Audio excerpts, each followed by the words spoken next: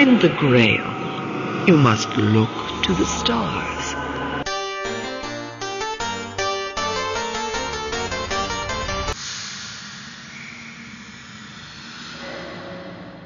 Drowned God.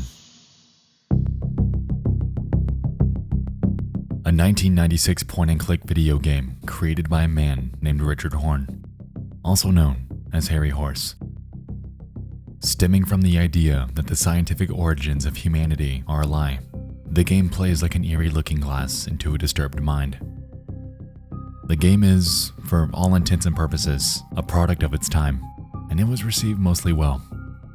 Containing an esoteric mishmash of historical beliefs, the game effectively bombards you with questions about your origins, connecting them to prominent conspiracy theories and secret societies, like the Illuminati. In turn, the end result is nothing short of perplexing. But something tells me that this was done on purpose. At the outset of Drowned God, you're greeted with a mysterious chamber and a strange voice explaining your place in its world. Allegedly, the reality that you're experiencing is a gift, and who it's from is presently one of the game's many mysteries. The voice explains that you've returned here from a previous life, and your current task, while obscure, is to unearth the secret that will enlighten you with answers about life itself. Trust too deeply, the voice warns, and you'll know the wickedness in men's hearts. As above, so below. As above, so below. This is the secret of the Drowned God.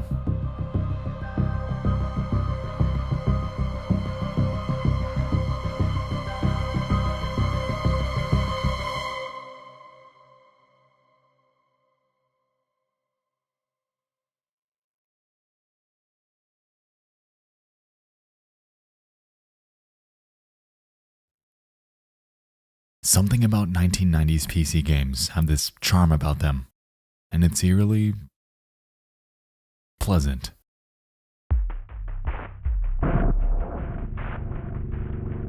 The atmosphere of Drowned God sucks you in, enveloping you within its bemusing lore from the outset. The gameplay is rudimentary, at least compared to modern standards, but back then that was mostly expected. The point-and-click game was nothing new, and Drowned God was, of course, one of many like it. Sanitarium, garage, mist, putt-putt, they were everywhere. What made it special, though, was the fact that it was so outlandish. It had layers, genuine lore, and a wild mishmash of conspiracies, all baked into an eerie little 2-hour package. To enjoy Drowned God meant that you had to believe in it, engross yourself in it, and suspend whatever counterbelief that was baked within your conscience.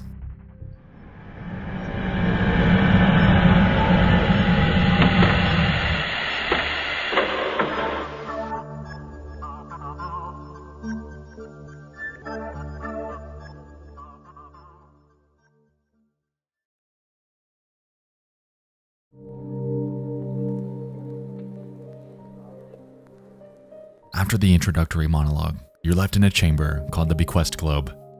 Before you is a terminal, and after entering your name, it assigns you a number, a code name, and then presents you with a synopsis of your past lives. After observing this, a door opens up leading to 2 otherworldly beings named Keither and Malakut that explain that you need to collect 4 ancient relics for the secret of the Drowned God. Obtaining these involves utilizing a time machine mechanic known as the Crypto Wheel that teleports you to the regions in which they're kept. The first world is one named Bina, containing aspects of Arthurian legend and including references to Stonehenge. It takes you through a deserted wasteland before eventually dropping you off at a museum that I can only describe as uncanny. Like the Museum of Anything Goes. But that's a story for another time. The second, Chesed, showcases a submarine interior and Aztec ruins, all wrapped up within an eerily liminal desert. Something I particularly enjoyed here were the numerous references to the Philadelphia experiment, a time-traveling invisible military ship conspiracy theory that's admittedly pretty damn creepy. An obvious hoax, but still pretty creepy. I'm sure you can see why it fit perfectly in a Drowned God though. The third, named Din, brings you to a carnival, a maze, and an underground subway system. The characters you encounter during this section don plague doctor masks and walk in the most unnatural manner possible. The carnival section, however, was a welcome change because it was throwing me Silent Hill 3 vibes. And that sure as hell ain't a bad thing. In the final world, Chalkma takes you to a structure outside of Area 51. Everything's super quiet, super abandoned, super ominous. Once the game finally draws to a close, and you collect 3 of the 4 artifacts needed to unearth the big secret, you'll find that you're unable to, and are left to choose 3 separate paths leading to 3 different endings. Choosing the first path banishes you to a technological police state with men in black suits surveilling you. The second is much of the same, however you're forced into genetic manipulation against your will. And the final path? Well, that's my favorite one, because it welcomes you with a scene of aliens that cheerfully claim, "We are coming, for we are Legion." a bit forward, I'll admit, but that's Drowned God for you. Aliens helped create humanity. Because of course they did.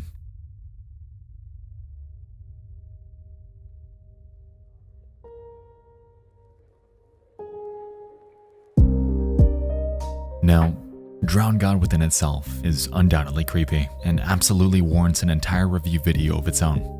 It's got all the cornerstones of a dissectable piece of media with hidden secrets, a convoluted story, disturbing characters, and a creepy atmosphere. While that alone personally piques my interest, what you'd be surprised to know is that discussion about the game itself isn't actually why we're here today. The game's creator, Harry Horse, is a peculiar person, and the backstory of his life behind the veil of Drowned God is nothing short of unsettling. But why?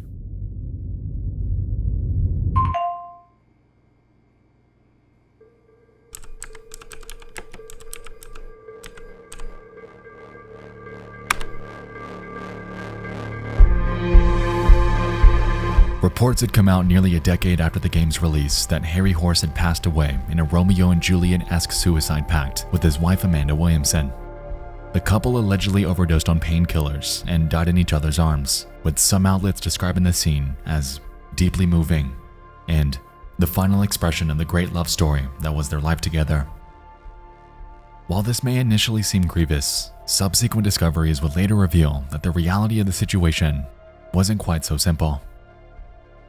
Like I said, Harry Horse was an enigma, an outlier, a mind full of complexity, like a mad scientist. For the last decade of his life, everything around him was spiraling further and further into complication and misfortune. His wife was stricken by an aggressive form of multiple sclerosis, and as a result, Harry would regularly express his growing discontent for how his life was falling into place. The division and method of discovery between this alleged love story suicide pact and the media accounts surrounding it are another curious find as well, as the real details of what happened that night weren't released until months later. The story everyone was made to believe, this romantic tragedy, actually was a complete lie. In reality, things were much, much darker. Let me take it to the beginning.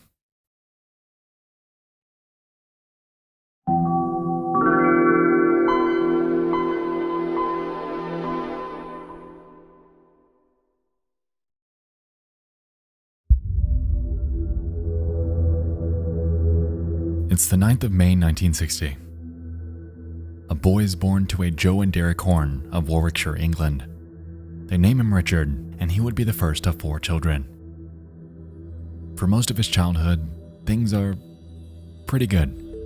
The family reportedly lived in an upscale farmhouse without much conflict, and from an early age, Richard was known to have a fondness for art, frequently drawing the animals that he'd see on his daily walks with his family. All around, by those that knew him, he was regarded as a considerably friendly and stand-up child with a winning smile. By his teenage years, Richard would become increasingly aware that his life aspirations were at odds with those of his family. For instance, his parents were delighted when he eventually landed a job as a solicitor's clerk at a law firm.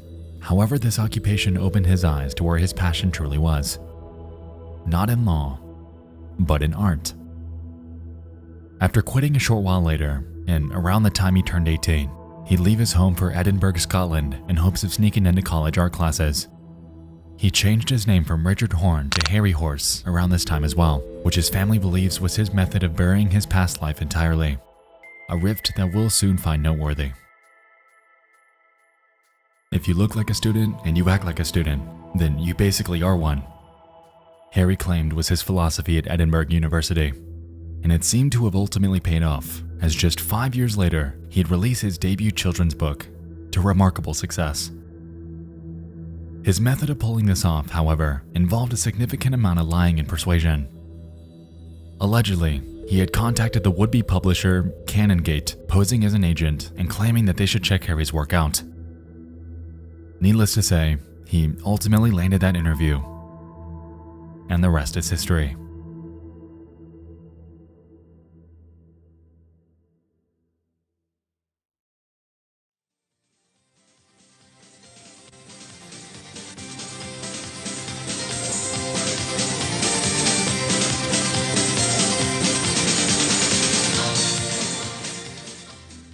By utilizing this newfound knack for role-playing, Harry would launch a band called Swamp Trash in 1987. It was during this phase of his life that he would meet the woman he'd marry, named Amanda Williamson. She was a self-proclaimed #1 fan, and from the beginning, they reportedly hit it off. According to a friend, Harry was besotted with Amanda, and she was a sinner of sublime stillness. Something Harry reputedly needed since, according to those close to him, he was prone to sudden outbursts of rage.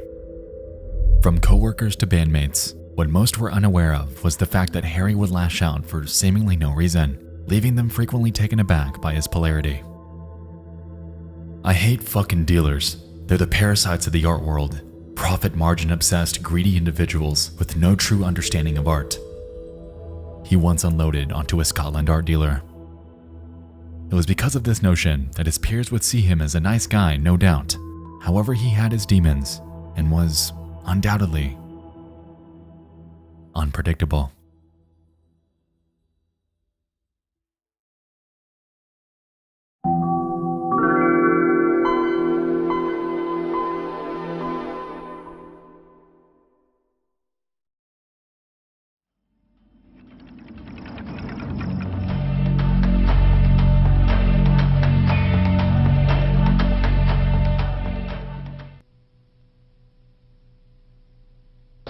The game is about an alternative interpretation of the history of mankind. The whole mystery of Drowned God is based on Atlantis and the position of these star constellations that form the same constellation as the Giza pyramids, the ground layout. It's a puzzle game. Basically, the whole thing is unlocking a gigantic secret. And the game is thought about as a long crescendo from near ignorance into initiation and a new knowledge, which is genuine. You leave the game significantly with more between your ears and your heart, maybe, than you had when you started it. Having taken up an interest in conspiracy theories, Harry utilized his forgery and role-playing skills to craft a false manuscript dated 1846 that outlined an alternative history of the dawn of mankind. He impersonated an 18th century poet named Richard Henry Horne to pull this off, not to be confused with Harry Horse's birth name. According to Harry, Henry Horne took great interest in the legend of the Sons of God, and it was exactly the subject of my forgery. A wild coincidence according to him, but it was one that largely duped everyone, ultimately serving as the basis for the Drowned God storyline. By Halloween night of 1996, the game was released and was generally well received, selling over 34,000 copies in just 2 weeks. Described by some as the strangest, creepiest, most psychedelic adventure game I've yet to come across, it was safe to say that Harry had crafted something special. So special that he had planned a sequel named Cult to eventually tie the Drowned God story together. However, due to events that would soon transpire, that sequel would never see the light of day.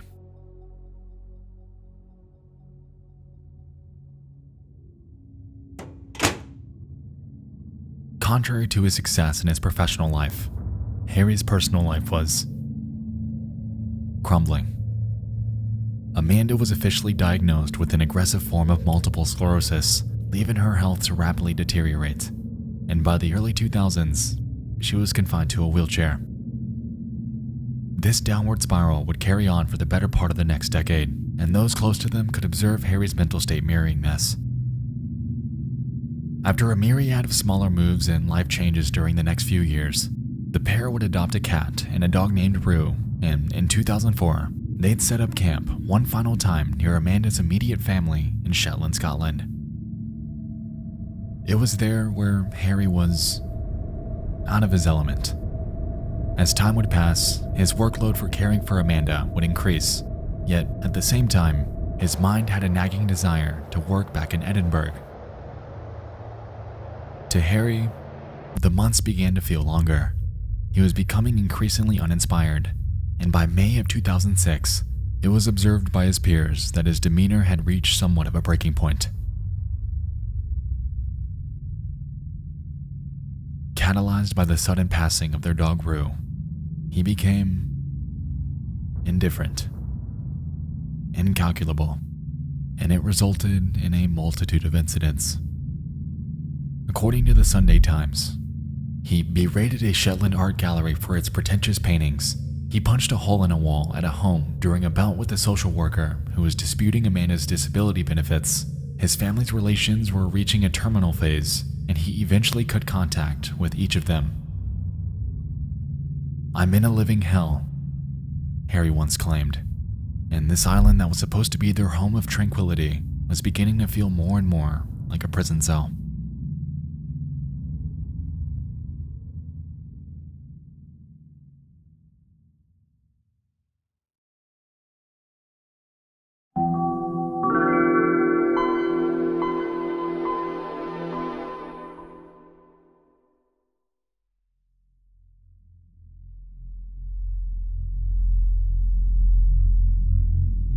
On the 9th of January 2007, two friends visiting from New Zealand would make a quick stop to check in on the couple.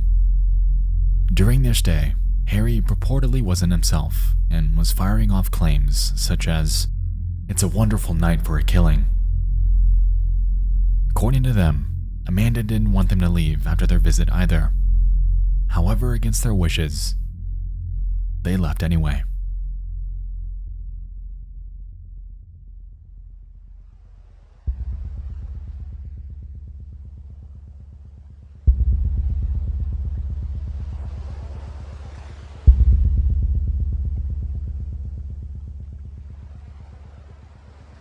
(9:40 a.m. January 10th. On their way to the airport, the two friends returned to the house to retrieve a jacket that they left behind. The front doors open, and they head inside. Instead of being greeted by the couple, however, they encounter something a bit more grotesque. Their new dog and their cat are stabbed to death. Amanda is seen with over 30 stab wounds and a broken blade stuck within her. Harry's discovered with over 47 wounds on his arms and torso and mutilated genitals. The pair are lying close together on her bed. There's blood on the floor, the windows, the walls, and the scene is unlike anything they've ever witnessed. According to the media, it's believed that that evening, Harry snapped after consuming an alleged cocktail of drugs, stabbing his wife over and over until the first knife broke off inside her.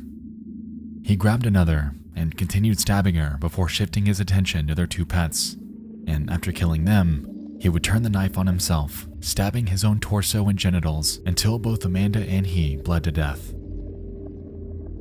The doctor who attended hasn't returned to work, an officer claimed.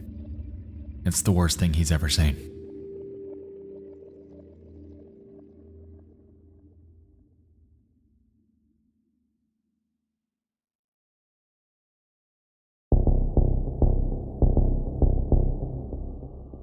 To police, the scene was dark.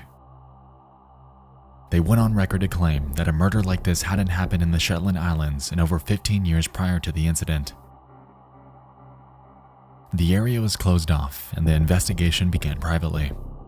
Though, on the outside, word of mouth began to spread. Because Scotland's investigators operate close to the chest, withholding details and official accounts, even today, everyone had caught wind that the pair were dead. However, nobody knew exactly why or how. It was because of this notion that the rumors would sprout about the pair potentially overdosing on Amanda's painkillers, since Harry couldn't have murdered his own wife, pets, and then himself. Could he? And so, during the weeks immediately following the incident, media outlets ran with it, dressing up the murder-suicide as an act of love. There were even plans to bury the two together, since the families believed that it's what they would have wanted. However, they were oblivious to the full story. It wasn't until days later that the families would catch wind of the actual details from the crime scene, and it's a bitter feeling that they still hold to this day. With that being said, because the case was closed so suddenly and the investigation reports are still confidential, the quote-unquote official ruling, the murder by the hand of Richard Horne, has also been the subject of scrutiny. Evidence of this can be found on Wikipedia, through numerous articles, and even various blogs that the Horne family had set up. The root of the issue stems from the fact that in Scotland, a so-called fatal accident inquiry was never released. Having determined that it would be in the public's best interest to not know what officially happened that night, since the deaths didn't happen at the workplace or in police custody, it's left the public largely in the dark. I've been in contact with a nephew of Harry Horse, and while they're well aware of the initial flowery misinterpretation in the media, they're left with the belief that vital details are missing. According to them, throughout this investigation, they've been excluded, misled, drip-fed information, and to date, everything that's been released has led to closed doors. Allegedly, Amanda's family were the only ones that acquired the full disclosure from that night's events, leaving the sole public source of information to come from them. One of the few official answers that the Hornes were able to obtain was Richard's autopsy report, and the results are highly intriguing. As it turns out, the widely reported cocktail of drugs that he ingested the night of the killing actually wasn't so, since the presence of amphetamines, barbiturates, benzos, cannabinoids, cocaine, methadone, opiates, and paracetamol had all come back negative.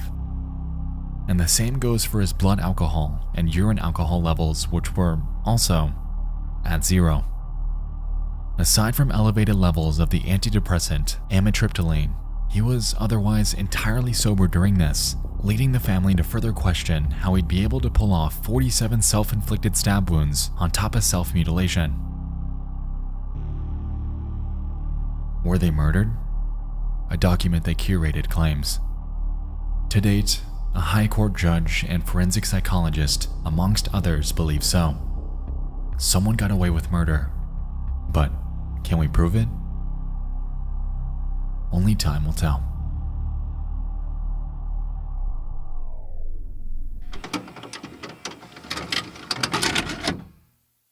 Alright, Nexpo from the future here. The video's done, and I'm jumping back in here real fast with a quick addendum. If I'm being completely honest with you, this video has been difficult to write. The amount of information, personal takes, details, and running theories are so abundant that formulating a definitive opinion on what happened that night has been laborious. Harry was unpredictable. His peers and family don't deny that. And the painfully frustrating reality is that Amanda did not deserve to die, and especially not the way she did. I think now in hindsight, the reason why this has been such a difficult topic is due to a myriad of things. The media, the claims by the Williamsons, the counterclaims by the Horns, and the lack of an official police report. I'll admit, there's so much that's been left out of this video because if I went through everything, the runtime would be 2 hours long. With that being said, after you finish this video, I highly encourage you to read further into this bizarre story. It's got peculiarity after peculiarity. For instance, did you know that Amanda's father did not officially declare that Harry murdered his wife until over a year later? For that entire length of time, everything, every claim, theory, retelling was based on hearsay. Now, while this notion's suspect, and just firing off the top here, let's say that Harry did not commit this murder. A counterpoint to this would be that claim by the authorities, that a murder like this hadn't happened in the Shetland Islands in over 15 years. But the media got Harry's sobriety wrong, and he reportedly downed a cocktail of drugs to numb himself before committing this crime, right? Well, no. The toxicology report countered that. So once again, if we're assuming that Harry did not do this, then who would? The island that the couple passed away on has a population of, as of 2016, 907 people. 907! So it's safe to assume that someone on the island would have known or heard or seen something had an external party committed this. Sensationalism, frustration, confliction. That is the Achilles heel of everything about this tragedy.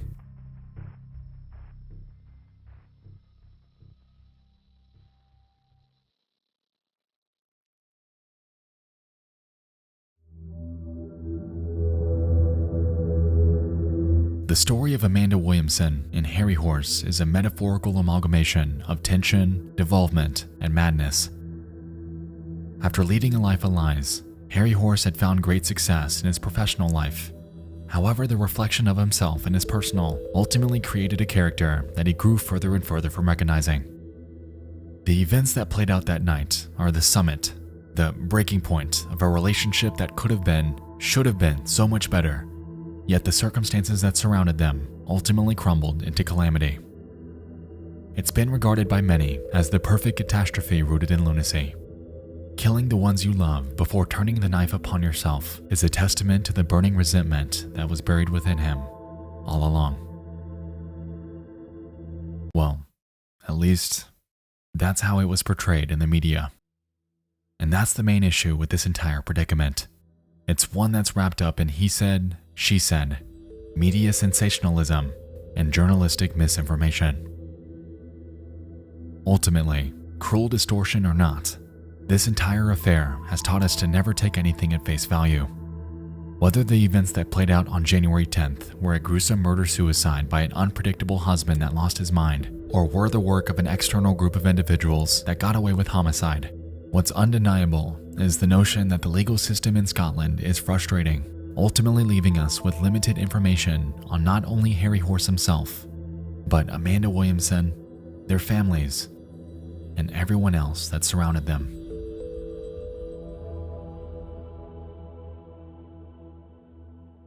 Thanks so much for watching. I'll see you soon. I love you all. And good night.